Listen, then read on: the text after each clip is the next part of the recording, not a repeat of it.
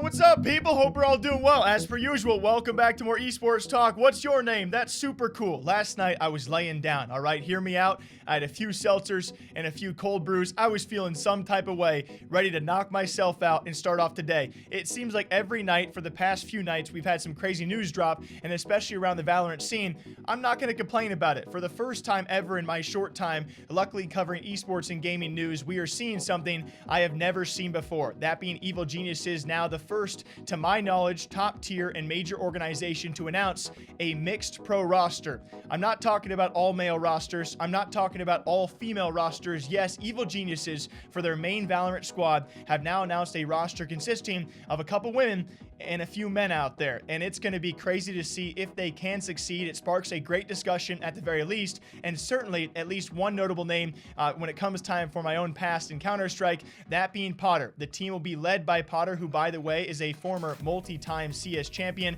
formerly of CLG Red. She has seen much success and was making her rise as Valorant talent, and now joins a Valorant competitive team as well, which is going to be super cool to see. I'm going to read for you guys some statements as to why they chose this roster, and it'll be cool to see if they can succeed, like Team Time In or like Cloud9 White. These really weird random stories we have seen so far, and some great light being shown on some rosters that maybe could not succeed or see the success they are seeing now in other esports, and I mean that in a good way.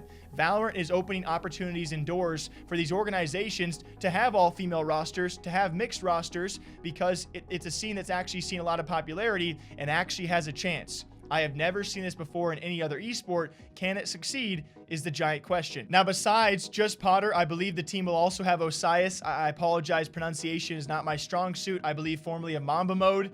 That team fell apart in a story that might be coming out in the future. I haven't seen too many updates on that, but that was a tragedy to see, and Osias is now joining a roster that hopefully will be a bit more secure. We also have Claudia, and then, of course, Potter, and two players to keep an eye on are formerly of Moon Raccoons, especially someone like Alex, likely going to be leading the team in firepower and talent-wise as well, and he'll be joined by a former teammate, that being Temperature, to round out this mixed roster. And after Slasher tweeted, Evil Geniuses are now one of the first major gaming organizations ever to sign a mixed gender men's and women's pro team competing as EG's main Valorant squad. EG Valorant is captained by Potter, a 7-time women's Counter-Strike world champion, a great sign for the future of esports. Nicole, the CEO of Evil Geniuses, then quotes that to say, "To clarify for the people in the back that didn't catch it for the first time, I don't care where you come from, nor your creed, gender, religion, class, past industry, or sexual orientation. If you are the best of the best, you have a home here at Evil Geniuses." And then a further statement from Nicole on this, guys. Thanks to Slasher. I want to clarify, I'm not good with big words, and Nicole uses a lot of big words. I'll try my best. As she does state, we have been keeping our pulse on talent in the space, both known quantities, transfers from other titles, and tried to suss out unknown quantities. We also simultaneously wanted to explore how building a roster more empirically, scouting specific talent with particular attributes, and having them test and scrim and grow together would work.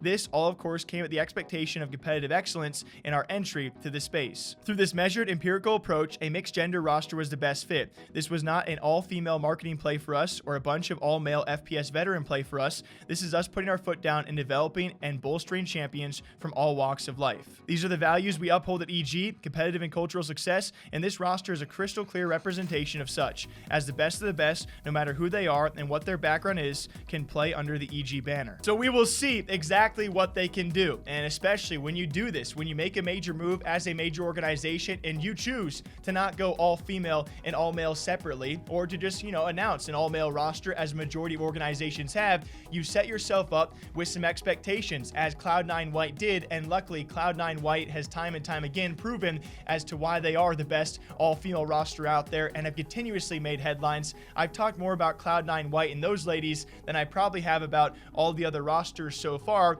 which clearly I would like to think Cloud9, that was at least part of their aim, to show just how good they can be, and hopefully EG can do the same. I love this. It's absolutely incredible the storylines Valorant is building up so far that, like I said before, other esports cannot do. You announce a mixed pro team in Counter-Strike right now, it's probably not gonna, do much or make much of a stir. You do it right now in Valorant, it's probably the perfect time to strike that hot iron. We've seen the success of women out there in the past of esports, but especially right now in Valorant, it's doing a great job propelling them all the more forward. And I hope this roster does work out and, you know, make a stir like Time In and Cloud9 White have. These off storylines that other esports can't have, Valorant is clearly making possible. Evil Geniuses, best of luck with your mixed roster. It's just always really cool on this show because I talk a lot. I make a lot of videos. There's not too many times out there where I cover the first time we've seen something, right? And this is the first time I've ever seen a major organization drop a mixed pro roster. Best of luck. What do you guys think? Take a sip for me. It took me a long time to record this video because I was so chocked on caffeine. So I had like 2 cups during recording and my eyes are bouncing. I'll catch you guys back here next time. Take care.